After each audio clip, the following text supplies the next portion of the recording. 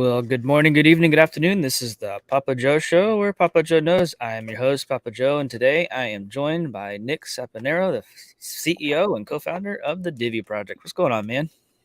Hey man, how are you?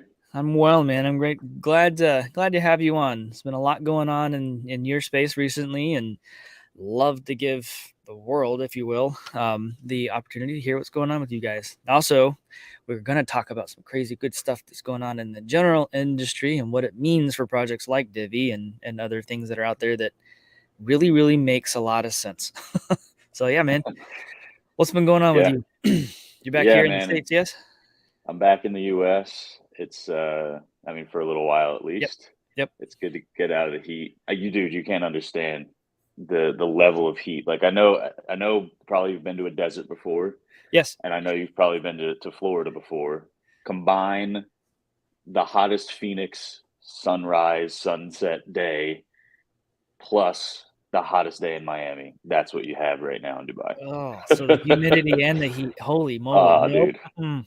Nope. Yeah, it's a no-go for me. So, and honestly, like everyone leaves anyway. There's very few people in the city, so there's not a lot Sure. going on. Everything just goes to Zoom. It's like, yeah, it's There's it's not a not worth point. being there. No one's going Yeah, to be even out. Even if you are there, they're going to just not be outside in it anyways. They're not going to travel to go to a meeting or something like that. exactly. Yeah, you try to stay indoors in the AC as much as possible.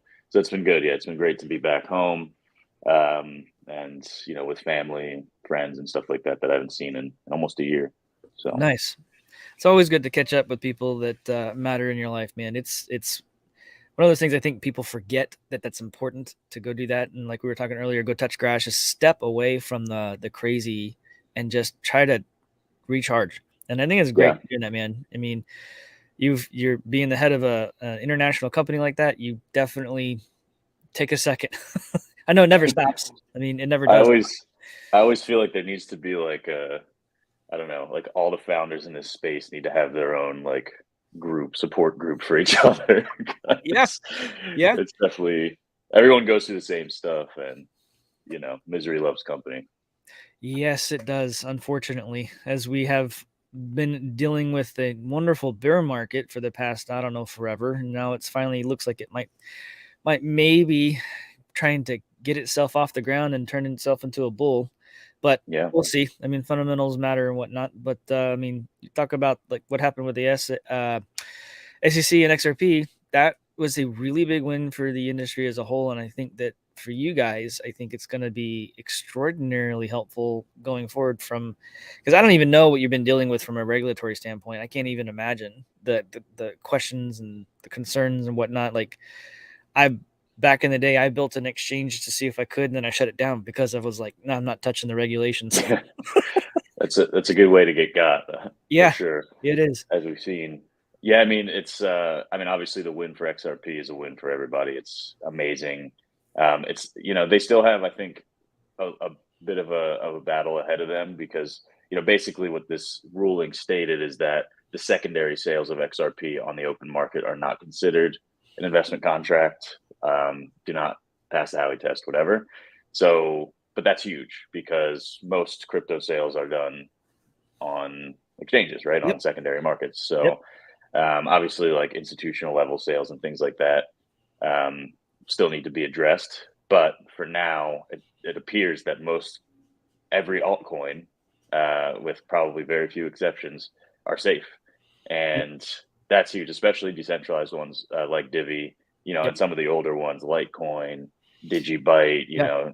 Those Yeah. ones seem to be ultimately protected, which is Which fantastic. is huge. I mean, I remember when I was mining Bitcoin and then Litecoin showed up, I was like, "Oh, what's this? This is really cool."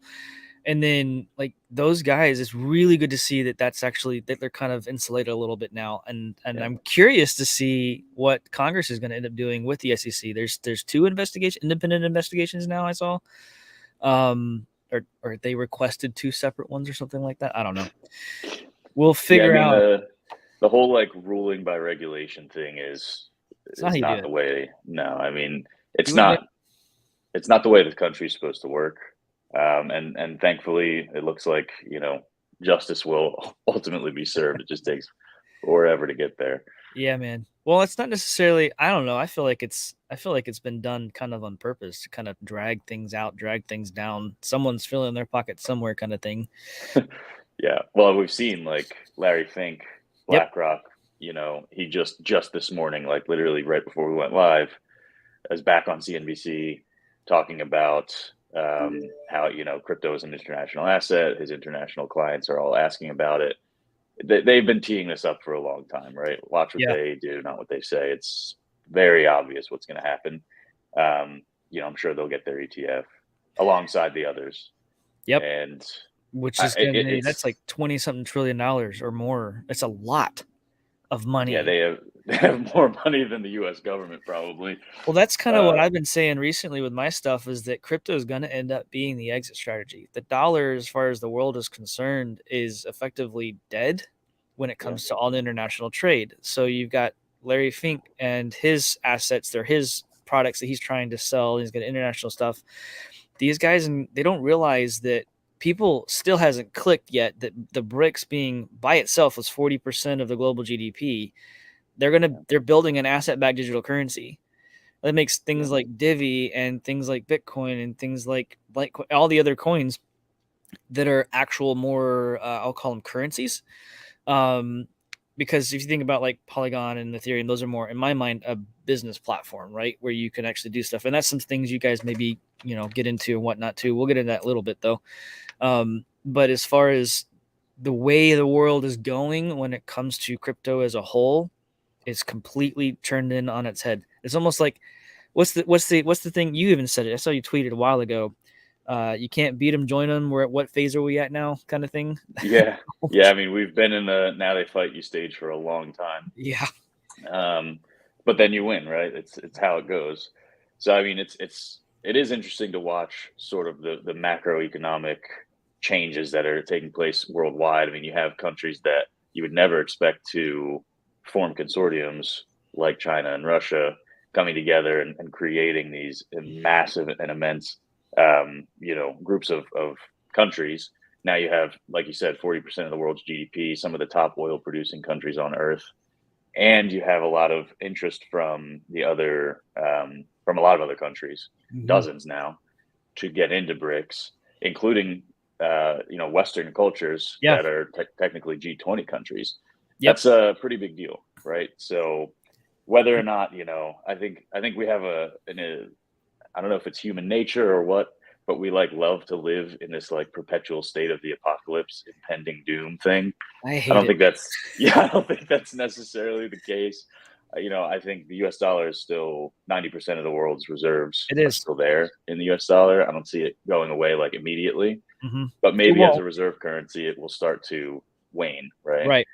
And that's the Yeah, problem though, is that when that happens, those dollars are going to come home to roost. We have inflation like crazy here in the U.S. now. Imagine when that actually starts happening, or China goes and sells all of the bonds that they have and hold and whatnot. That's going to bring yep, dollars into them, and then they're going to go and they're going to buy stuff from us with it, kind of thing. And then immediately, as soon as that happens, the economy here is already teetering. That makes it go away, but it's going to take time. Like you said, it's not gonna happen overnight. I mean, I guess it could, but I don't think that would happen. To be honest with you, but no, and I it'll take think time. I think it has been happening for a long time. China thinks in centuries. They're not thinking short term at all. Yep. So they can afford to wait, and they will as long as necessary, strategically necessary. But I think it could also have a positive impact on the U.S. If the U.S. is forced to become more insular, bring manufacturing back on shore, Yep. do more things like we used to, within the actual country, produce more products. That could actually be a net positive on the long scale Sure. for the U.S. Sure. But I we'll hadn't see. actually, I actually had not thought about it from that perspective, where we actually start exporting some of the things that we have. Right. That's a positive on there for sure. So what do you think with not just BlackRock's ETF? What do you think, like just in general, the amount of companies or hedge funds or whatever, any fund that has gone out and applied for the ETFs? What do you think that's going to do for the overall crypto market? I mean, now that the big boys are applying, obviously we've seen the, incumbent crypto players applying for ETFs. DCG, Kathy Wood Ark, that kind of stuff. They've all been trying, but they haven't gotten anywhere with it. And it's obvious now why, because essentially, and it does. Gary It's Gensler. That's bittersweet. why. Yeah, Gary well, Gensler. yeah, and his friends, right? Yeah, It's right. bittersweet. Yeah. It's bittersweet because while it will have a massive impact, and like you said, trillions of dollars potentially can come into the industry, making it like a slated asset class worldwide. That's great, but it's also like, of course, these guys get to win again. It's like, I know. I thought about that too. uh, Like they're the ones winning again. right? It's irritating. Well, I say that tongue in cheek because there's people like you, people like me. We've been in this space since almost the beginning, right? And there's a lot of us out there. Most of them are quiet about it, but there are a few that are more vocal about it. But they're the ones that when these big boys get in, those big boys might be winning, but you're most likely in various different ways. Some of the people that have been in this even longer than us are going to be bigger than they are just from that one, from them doing that. You know, that's just one of those scenarios. Like people, the individual, the wealth transfer, we'll call it, the individuals are now going to have those who have listened to folks like yourself, folks like me, other people out there. If they've taken a second and learned what this was and how it worked and actually took some time to just grab what they could, they're going to end up being on that level and they'll be able to do things where they're for the world that a lot of them are really good people. They're going to do things like you went out and you started Divi. Like you did that because you saw a need and you're filling that need and you're doing it successfully, and that is actually going to take place across the board. I feel like when those guys jump in, it's going to be very different. I think though with BRICS, the asset-backed digital currencies, you're going to have a whole. There's not going to be any kind of fiat. So people like BlackRock or whoever else who have all their assets in dollars, what's that going to do to them whenever that comes into play? Like, is everything Yeah. going to be denominated in that globally? I mean, Well, yeah, that's the question. Like, if it becomes a global reserve currency, that will obviously change the dynamics of the U.S. dollar. But the like Fidelity, Vanguard, BlackRock, they have so much flexibility. They have so many assets. They can easily transition into basically anything. They can buy a city today. yeah. It really, for them, it's just about like managing their cash position and whatever cash means at the time. Mm-hmm. I mean, honestly, the fact that they're talking about crypto is a pretty big deal because to them, crypto, like the market as a whole, is nothing compared to what they're doing on a daily basis, and it's like literally a drop in the bucket. Mm-hmm. The whole market is like a drop in the Mm-hmm. bucket They to, could to buy the what whole they're market doing. and they would still, yeah. People don't realize that either. Like, just let that click for a second. They go by the whole market, then who owns everything? The thing is that people like me, people like you, other people, we're not letting it go. Just that Right. value is going to skyrocket just simply because of that alone. Even if they did buy everything that was available, they're still not going to own it all. They're not even be close, They couldn't which is be. great. That's the beauty of it. That's the It's sovereignty of really, it will seem, there will be a time in the very near future where we say, man, 30K was cheap. Yeah, very, very much so. I was actually talking to someone yesterday. I was in a meeting, and it was a real estate agent talking about a project that I might throw out there from a real estate perspective. But the light bulb clicked to him. I was like, just put it into perspective. BlackRock's doing this stuff right now. You got all these other players out there doing the things. You got BRICS happening. When that settles in and people actually go in and they start to try to buy the actual Bitcoin or their whatever, and then hold it, like whatever, it clicked in his head that it's the value of it is unlimited. It's going to become maybe even a priceless asset, something that nations trade between each other with, that kind of thing. Yeah. And when people get that light bulb, it's just so satisfying to see it. Just, Yeah. there you go, right? The orange pill hits. It's amazing. Yeah, that's a good way to put it, dude. Well, what's been going on with Divi? Talk about what you said. You got some business development stuff that's happening. You mentioned some stuff in the Twitter Spaces. Yeah. People are very curious to hear from you about the project, what you guys got going on. I mean, obviously, you've got the technology and infrastructure and whatnot that y'all been doing, but from a business direction, I guess, business development, what you got coming down the Yeah. pipe? Well, first, let me just say, there's been a ton of stuff going on behind the scenes in terms of development.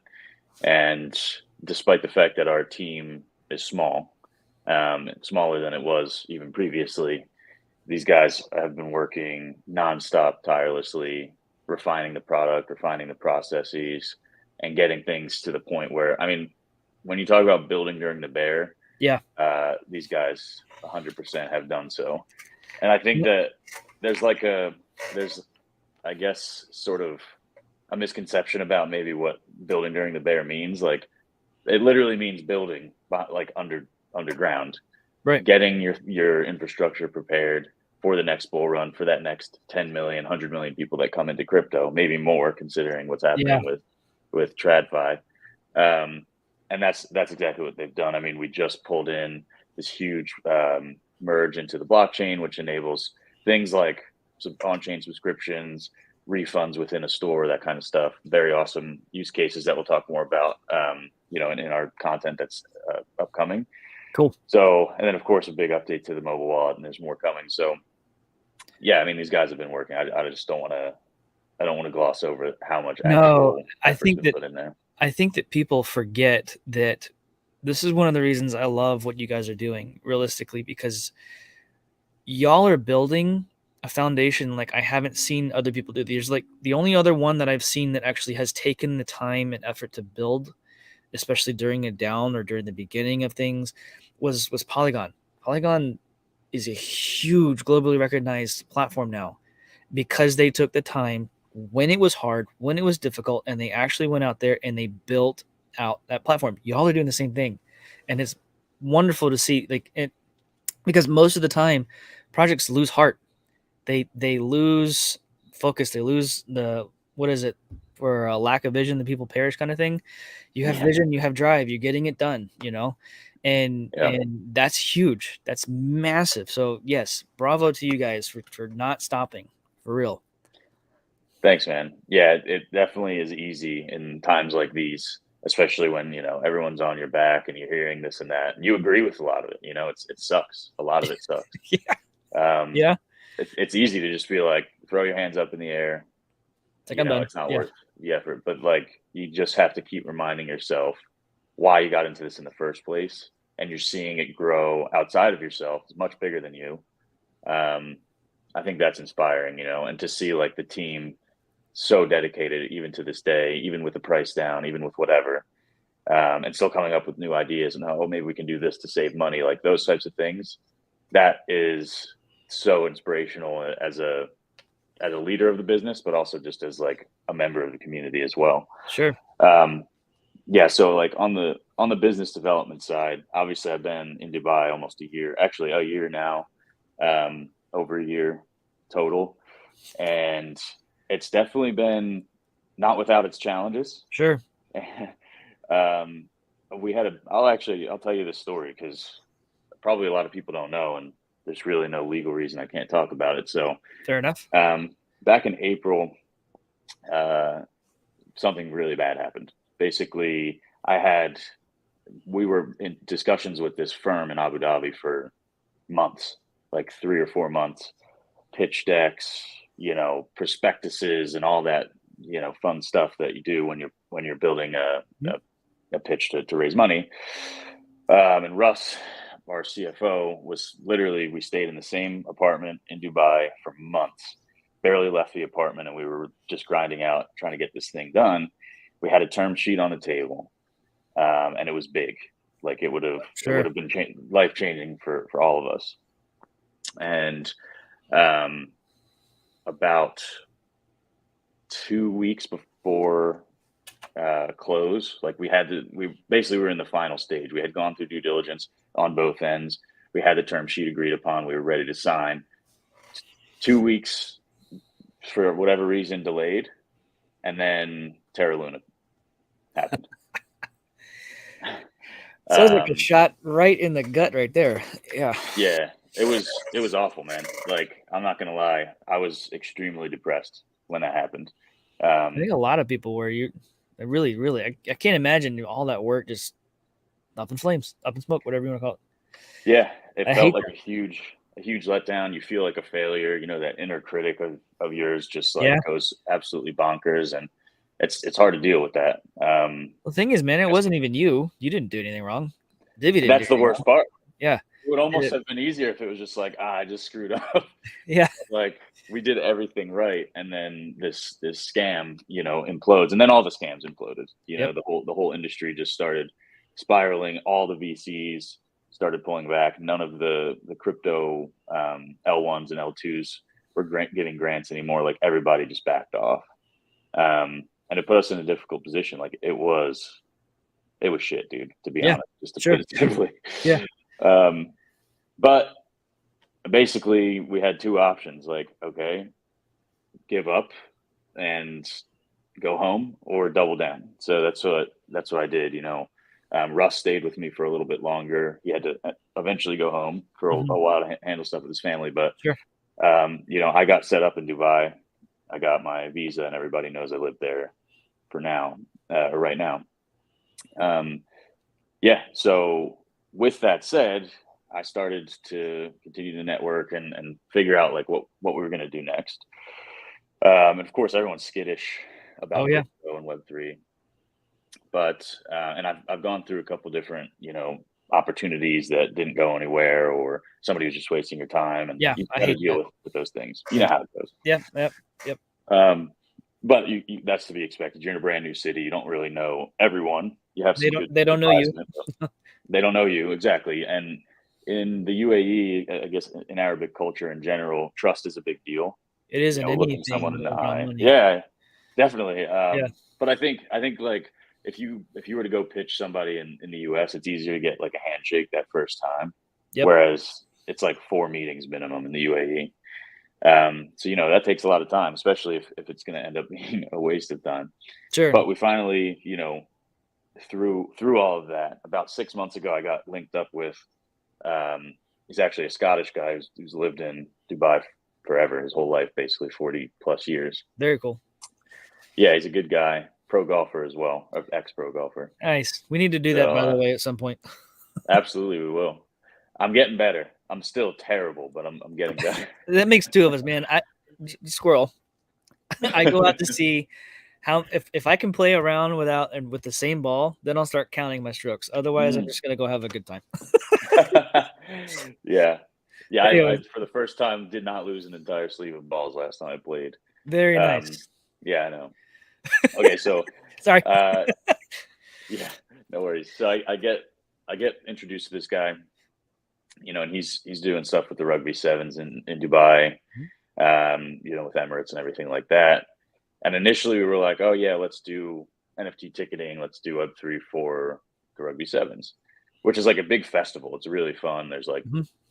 music stages and bars and stuff like Sure. that. It's more than just a sporting event. Right. There's a lot of stuff that Um, goes into it. but that kind of started to expand, and more and more people started to get brought into what the potential of this could be outside of just ticketing. Because we obviously have a variety of infrastructure as Divi.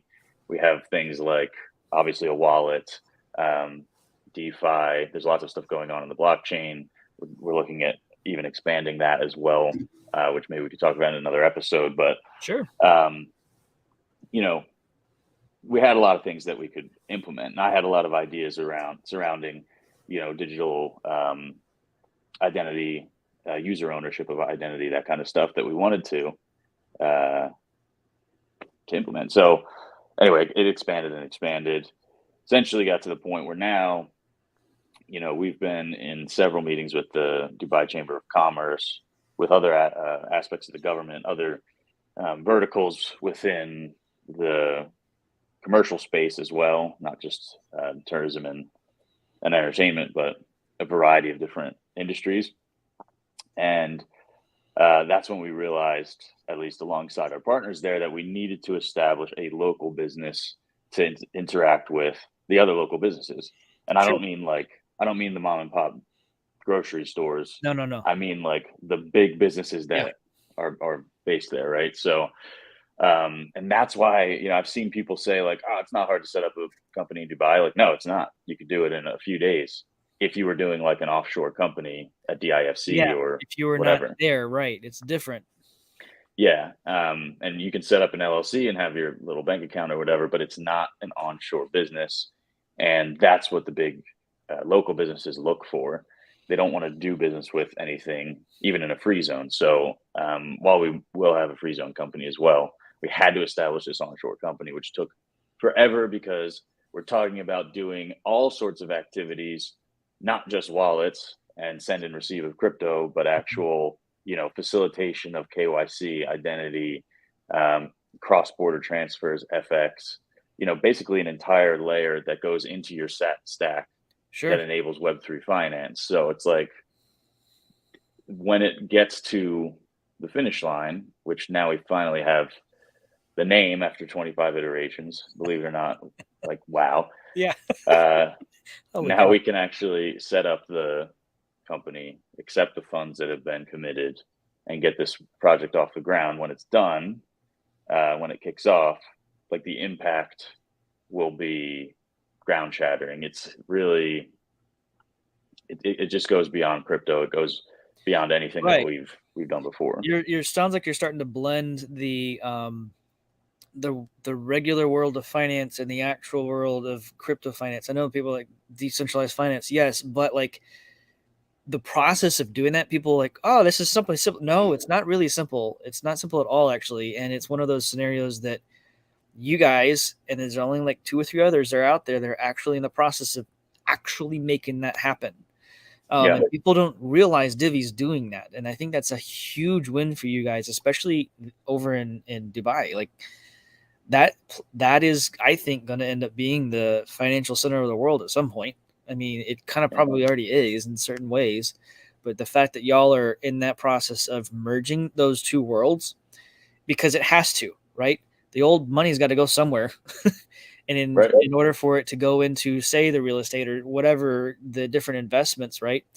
If you want to be able to say crowdsource, fund something, let the people do it instead of it just be these huge conglomerates. I mean, that's a big deal. Making that possible, no one's been able to make it possible yet, and y'all are. It sounds like that's y'all have made the first major milestone or right at it to get that done, and it's not just for Dubai. It's like y'all are global, so that's not a little Yeah, deal. and that's the thing. Like, it's easy. I think it's easy for us to look at people trying to do things that are maybe not done yet, and just be like, "Ah, that shouldn't be so hard." Well, if it wasn't, Then it would then have it been would be done done already. by someone else. It would have been done Trust me. already, right? Yeah, it's like when you're trying to actually innovate and, do something that requires essentially like regulatory level approvals and licensure and all this stuff. It's not like it's not flipping a switch. It's Yeah, not like setting up a store and selling your goods. It's a whole literally like there we've had meetings where I'm like nervous because there's a whole room of dudes and women, in their robes and stuff, and I'm like, oh my god, like, I gotta I gotta be like, you're trying to respect the culture, the yeah, business culture, and the religious culture, and and get your ideas across, and be like assertive enough that you can actually get things done, without being like, you know aggressive or overbearing. There's all sorts of thoughts I'm going sure through there's your a lot mind of at that nuance. time. I'm sure there's a lot of nuances just in that general, like that general environment. Because here, you just like you're talking business, you talk business. You can be bold, you can be, but there you have to be tactful and all this stuff. I mean, I can only imagine, dude. I can only Oh, imagine.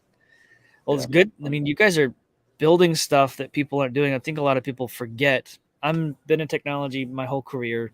You have too. People forget that when you're building something new, there's a lot of trial and error. There's a lot of things that you have to go figure out. No one else has done before. You're creating the will. And like I said, there's you guys and like two or three others, and y'all are further along than they are. Let's put it that way. So I think it's a really, really big deal that y'all are doing this, and I'm happy to see you guys doing it. I'm proud of you guys putting your effort forward and not letting it go and doubling down. Like, don't stop, dude. I mean, I appreciate that, man. I love it. I love seeing the foundations being built. Like, I've been in this space as long time. And then watching these different projects grow up and build, the only ones that were truly successful were the ones that actually doubled down and kept going. And it's just with anything business, right? I mean, you guys are miles ahead of everyone else, and I absolutely love it. It's fantastic. It means a lot, man. I appreciate you saying that. Yeah, no, I mean, I think that I can speak for all of us in this community. Don't stop. Like, y'all are building something that I think that people will end up using the world over, and they don't even know it yet. That's the beauty of it. I feel like, you ever see that meme where the guy's like, he's got a pickaxe and he's almost at the diamonds, Yep. and he gives up just before he gets there? Yep. Don't I stop. think that's based on some parable, African Right? proverb or something. But yeah, I feel that way. Like, I feel like we're just Yeah. there, I Yeah. just got to keep hanging on, just got to keep myself motivated, waking up, Yep. and like I said, the whole team, we just had a huge call last week, or was it this week? Gosh, the days run together, but I think it was on Tuesday. Okay. And dude, like 3 hours, right? And it was pretty much the OG team that's been here since day one, with few exceptions. And I mean, we went through everything. I mean, post-mortem of all of our mistakes, all of our wins. Those are important. What could we do better in the future? What could we, what did we overlook, whatever. And it's just crazy to think, like, some of these guys, and I think Voice is in here. Yeah, he is. Like, I've known him for longer than some of my current friends. You know what I mean? There you go. It's like, we really are, you become a squad, a family. You become family. Yeah. No, dude, you got a lot of irons in the fire. One of them's going to glow.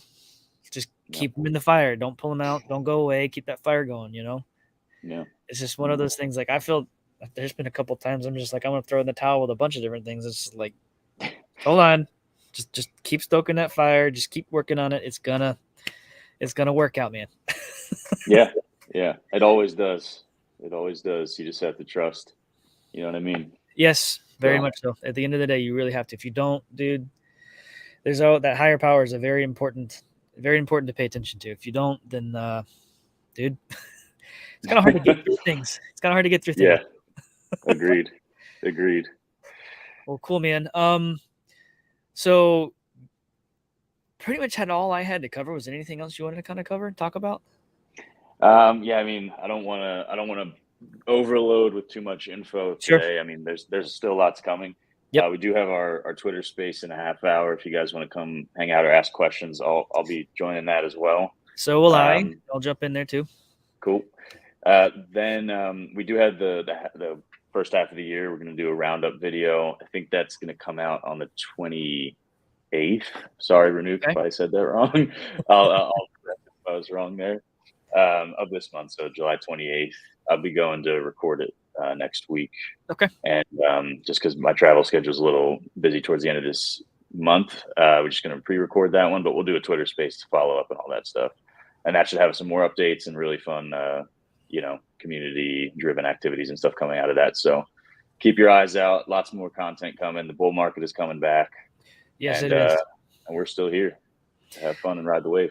It is going to be fun, dude. And I really want to say thanks for coming on. Thanks for being part of the show. Thanks for being part of the community. And thanks for giving the people out here who actually genuinely care about what you guys are doing. Just here's what's going on. That's a big deal for a lot of people. And I know, like I said, that everyone loves to just hear an update from time to time. So thanks for coming on. Thanks for being here. And it does mean a lot to me. And let's do another one soon. My pleasure, man. Thanks for having me on. Yes, sir. All right. Be right back.